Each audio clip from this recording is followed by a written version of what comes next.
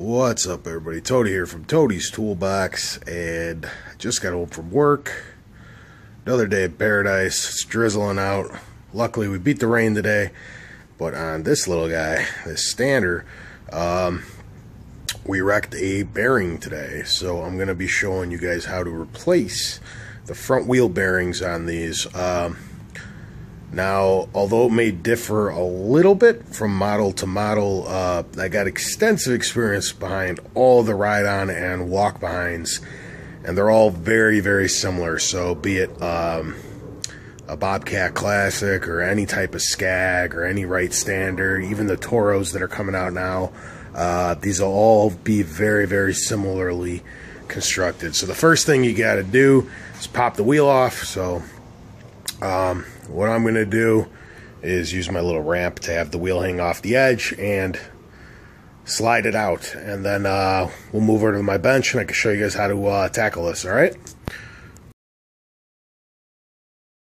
So just as a follow-up, this is kind of what I was talking about. I used the ramp with one wheel hanging off.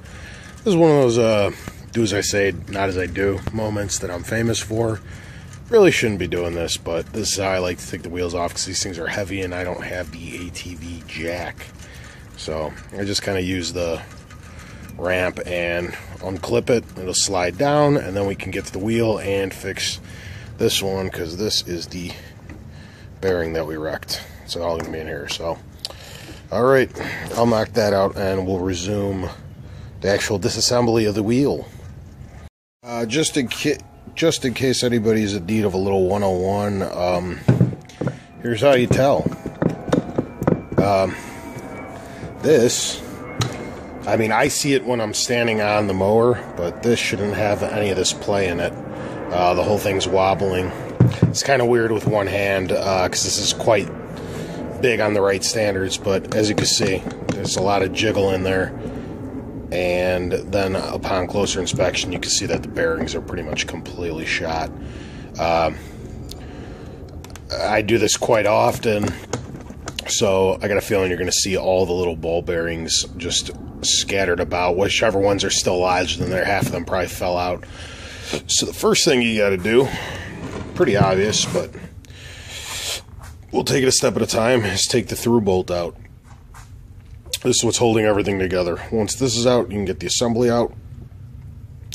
And then we're actually going to unclog everything that's in here. There's going to be parts of this smashed up old bearings. There's going to be tons of grease. It's quite disgusting, but you guys will see that in a minute. So just got to take this bolt out. That's the first thing after you get the wheel out of the actual machine. Alright. Alright, since we're doing step by step, here we go. Took the nut off. Gonna slide this little guy out. Back over. Yeah. And then what we're gonna do is we're gonna put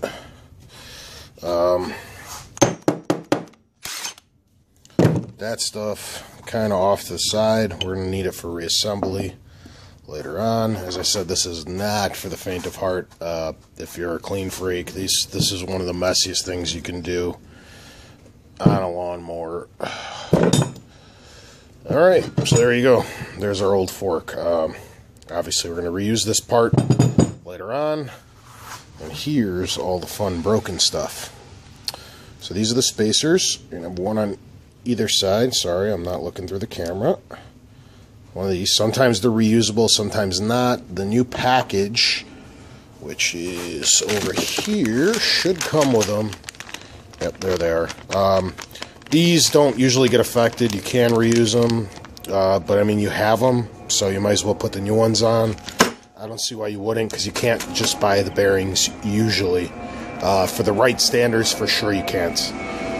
Some other companies, maybe you can, and then, you know, go ahead, reuse them if you'd like. I don't see a point, but you can. They'll tell you not to, but I assure you it's not a big deal. So now, what we got to do is end up cleaning all this out. What I usually do is I'll take a seal puller and plop this part off, or pry it off. Then you can get the inner one.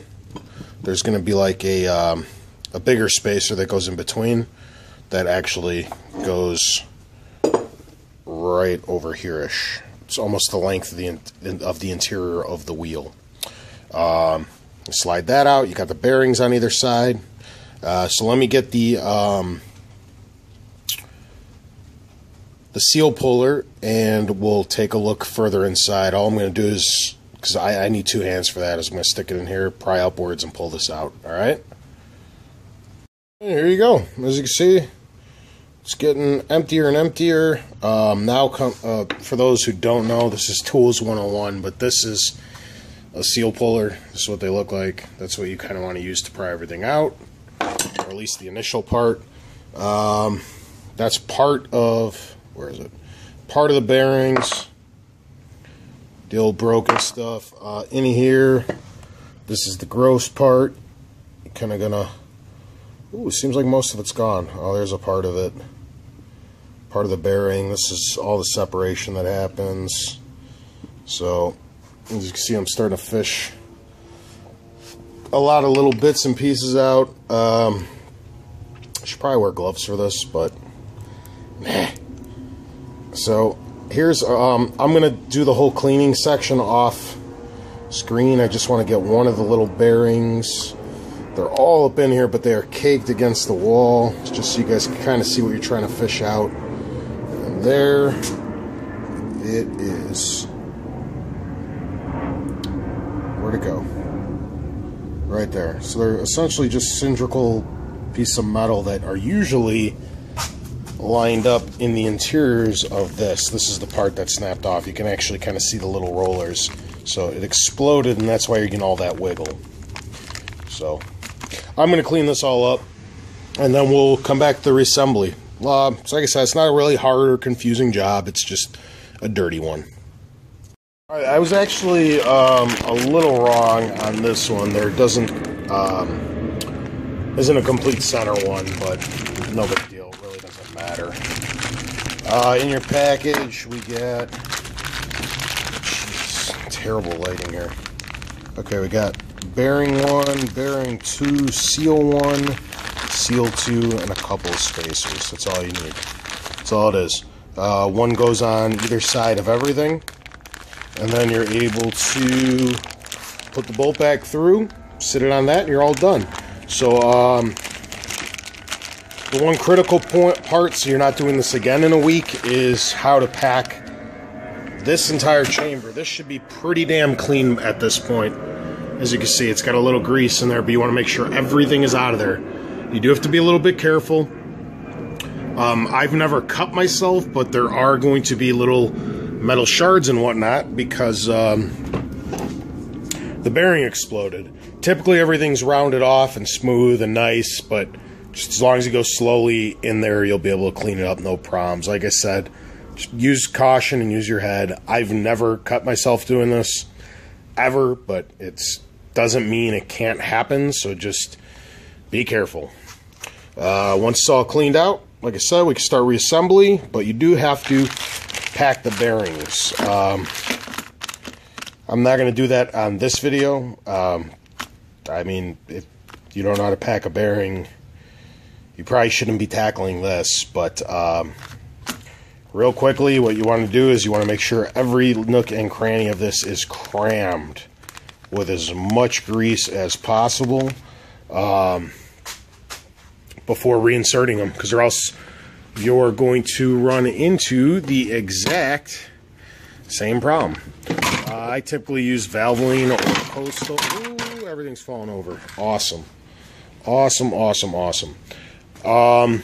They all work pretty much the same. It's fucking grease. There you go. That stuff. So, I'm going to get to that then. I'll be back once it's done and kind of show you guys the reassembly part. Alright? I'm actually only going to show one side of this, but there you go. The newly packed bearing. Here's an unpacked one. As you can see, they are on an angle. The taller part, I guess, taller, where my index and thumb are, is the outside in there. You got these little guys. These are the R parts of it. I'm reusing the old ones on mine. Again, do as I say and as I do. You should really not reuse that part. They're a little indented to fit these in perfectly that way. So these go into here once they're packed. My old ones are still in there. I'm reusing them. And there you can see the bearing and how to operate and how the wheels spin. After that, you got your seal and your spacers. This is the seal. It's the part with the rubber on it. That's going to keep all your grease packed once you have it all in there. And this will hold everything together until your bearing breaks with the new bolt and arm pressing down on it. So go right in there. So for this part, you do need, there's many ways you can do this. I have an actual bearing press and seal, or a bearing and seal press kit. You can use a dead blow very carefully. You can use a block of wood, right, like this, and then hammer on the wood. Just make sure this is straight before you start pressing. And if you're exerting too much force and it's not going in, you're doing it wrong. These things, they take a little bit of oomph, but they go in relatively easy. And you just want to press this all the way down.